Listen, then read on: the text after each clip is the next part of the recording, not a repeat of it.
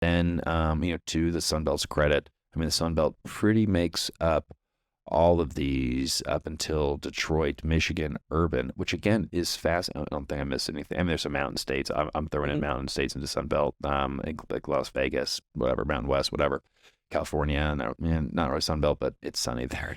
So, yeah, they're destination. They're destination spots. But again, man, I'm confused because Indianapolis, I know, crushed some of these, even Sun Belt metros, and just put the tinfoil hat on. Just would it be going against the narrative? Well, and yeah, I think these are select metros, and they've selected them. Yeah, to exactly. Select. Yeah, exactly. Yeah. Is that what they said? Yeah, that's select. They're select. Select. So it's not a ranking. No. They've select metros that are ranked. That means they've deselected. Yeah, they've deselected. Cherry picked. Well, I know because if they were like, well, Indianapolis, which is what, the 12th like most populous city, it's not like a small city, it's state capital. Number one year-over-year rent growth market in the nation, to not include the suburban area, which was the highest rent growth. That was right up there with all those Florida markets. Yeah. If you're going to include the Tampa suburbs, why not include the Indianapolis suburbs? And my guess is, I don't see a lot of Midwest suburbs on here at all, because I know the same cases in the Columbus suburbs, the Kansas City suburbs, not even Chicago, the Columbus, Cincinnati, not even Chicago, which we know has had some good growth. You just get Minneapolis, Matt, and this hits on a little nerve, pressure point, because I've talked about this a lot in this reports. Midwest gets ignored, and part of that I'm okay with, because we'll buy up all the deals. Yeah, it's good, but on another hand, it's what decisions were made.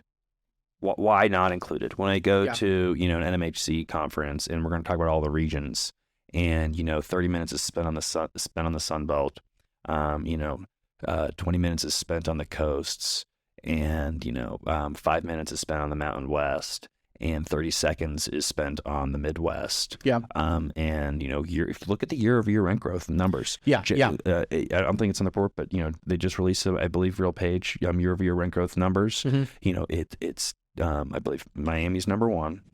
I believe, according to and just some other make the top spot. It's all Midwest after that. It's all Midwest. It's Indy, it's KC, it's Columbus, it's Louisville, it's Cincinnati, I think it's Chicago. And I was watching that webinar that I was mentioning earlier, and it said, he's like, sure, there are these Sunbelt superstars that are still hanging in there, but these Midwestern markets, it's the stability. He's like, it may not, they may not be distant, but they are stable, which means I'd like to think that's good for investors. But yeah, I think so. I think that you should. I mean, I think you want predictability. A premium for predictability. I think so. Not losing money is good. Yeah, I like not losing money. It's one of the big downsides of being in the Midwest right now. We're not going to see the dip in prices as much, Matt, because it's so freaking stable. Yeah. And Fannie Mae's over here saying like, well, and again, the migration, like I'm not debating the migration story on the Sun Belt. I'm not saying that Miami is an awesome place to live, and Austin and Phoenix, and those aren't going to be great markets. They are. I'm just saying there's no reason to say that people aren't moving to the suburban Midwest markets just to ignore it, because it goes against the narrative of, the Sun Belt's the only place you want to be. And again, not saying it's not something's not a good investment thesis. You just don't have to ignore the rest of the country. Yeah. And, I've dealt with it, you've dealt with it, the whole life. And we're proud from the Midwest. I don't really, flyover state, wear it with a badge of pride. Again, it's one of the reasons why I have so many opportunities around here. Yeah. We have a lot of freedom and flexibility.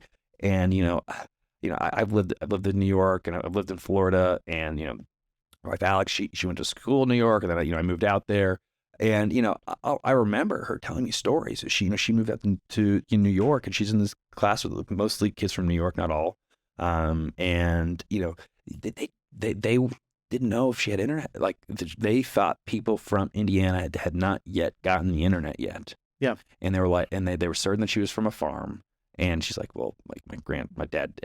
Yeah, my dad was born on a farm and raised on a farm, but not everyone, and I wasn't. Yeah. And forget the freaking internet. We know, and everybody's connected.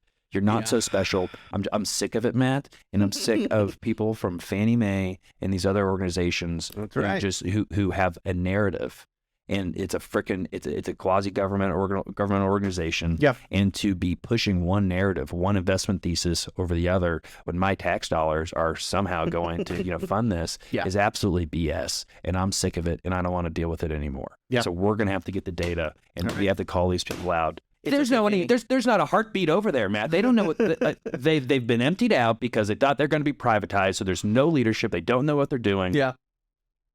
Get your reports right. Include suburban Indianapolis, or let's do it. Midwest exists.